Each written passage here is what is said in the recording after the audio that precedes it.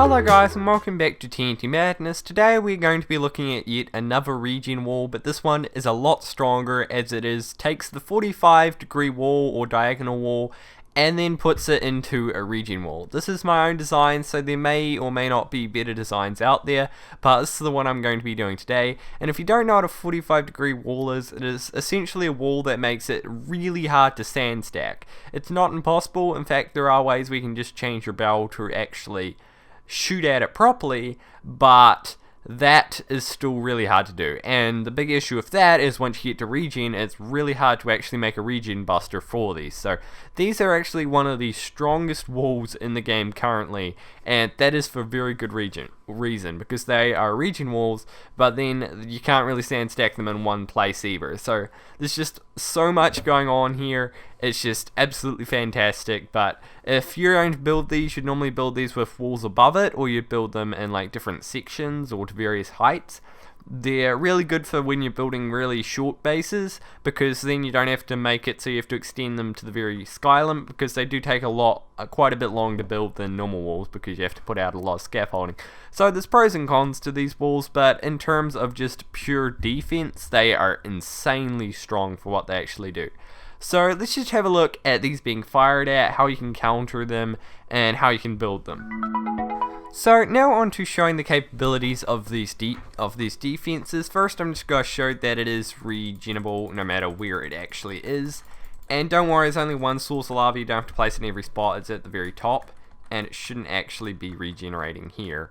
But as you can see, it can regenerate in pretty much every spot. And if we go ahead back here and then try and fire at it, then what will happen is it will just hit it and then bounce off.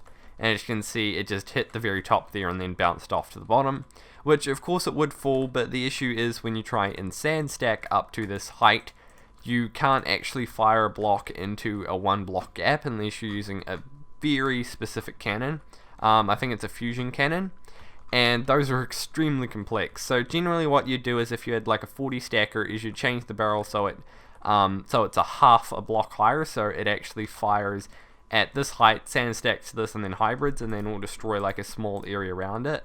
And then you won't actually get this effect because it won't be blowing up a big enough area, but that works on normal 45 walls. So this is a Regen wall, so you can't really do that. And if you're going to do that, you would need to double tap it, which would be extremely hard to do sand stacking, and I haven't actually seen a double tap 40 stacker or 230 stacker. So if anyone actually has, then please tell me, but I just haven't seen something like that. So it's possible, it would just be extremely complex. So unless you have someone that's extremely good at cannoning and has a ton of resources, it's going to be really frustrating for them to get past this wall.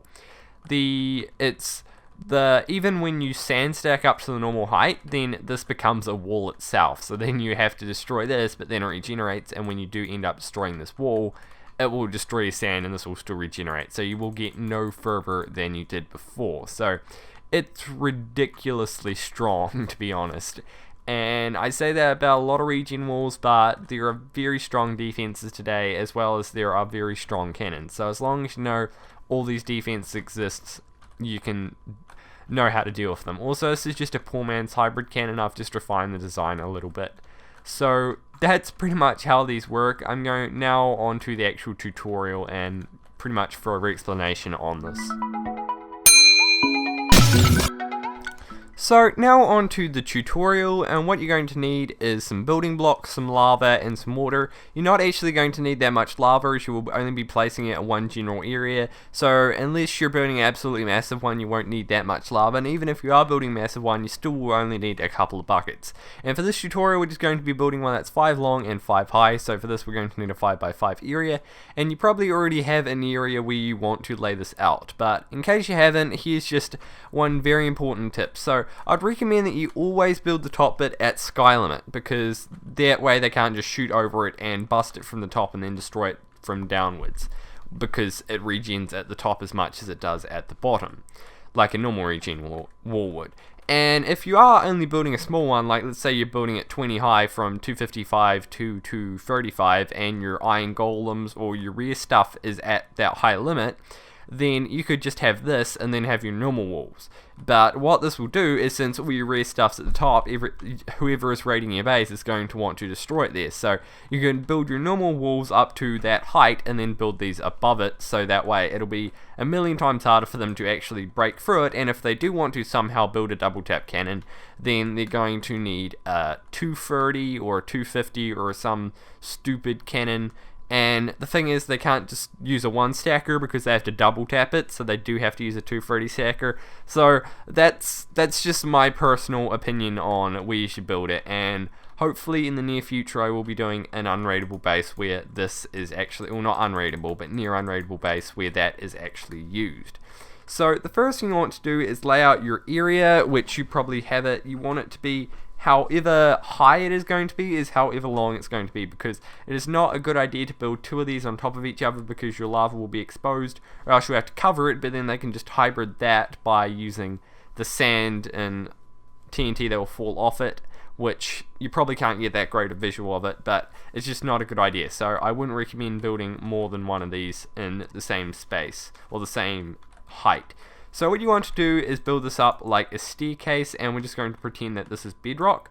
So you want to go up and build it like a staircase to whatever height you're going to be building it at, and then you want to go ahead and extend all of these blocks across. So you are essentially building where your walls are going to regenerate, and this is going to be your scaffolding. This is pretty much all the scaffolding you need, because what we're going to be doing next is placing all the water. So I'm going to be extending this out the front because we are going to be treating the very void as bedrock, and then we're going to get rid of all these other blocks here. So the first thing I'd recommend that you do is, after you place down your scaffolding, is place down all your water. And what you can do is this cheeky little trick where you go around the back and try and place down water like here.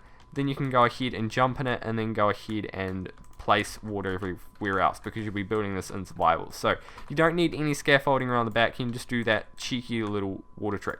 So now what you want to do is place water in every spot where water is against this, because if you don't, then it will just flow out everywhere. And on the very corners, unless you're building this on a corner where of course then it will just go like this, you want to cover up the sides before you actually place the lava. So you only need to do it like, let's say you're building railings for said staircase so no one actually falls off, like I did when I sprained my ankle. No, but just in case, so the lava doesn't flow everywhere and then do it off the side. So you just want to do this all the way along your thing. And if you are building it on a corner, you are essentially building this railing by doing the same thing.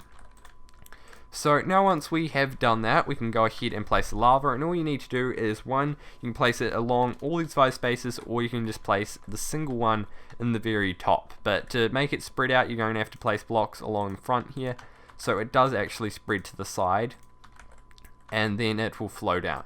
Personally, just to keep it even, I like placing lava in every spot, but it will still regenerate whether you do that or not.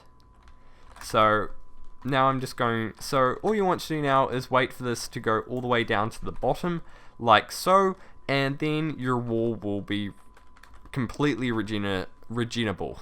And one thing you do want to be aware of is you don't want to destroy 2 blocks in the same general area, or else you'll get the same effect that I got at the very start of the video. So you can destroy not that one, but this will create smooth stone, and it, because of the way that lava on top of water works instead of cobblestone, but it still has the same regening effect. But if you do have some sort of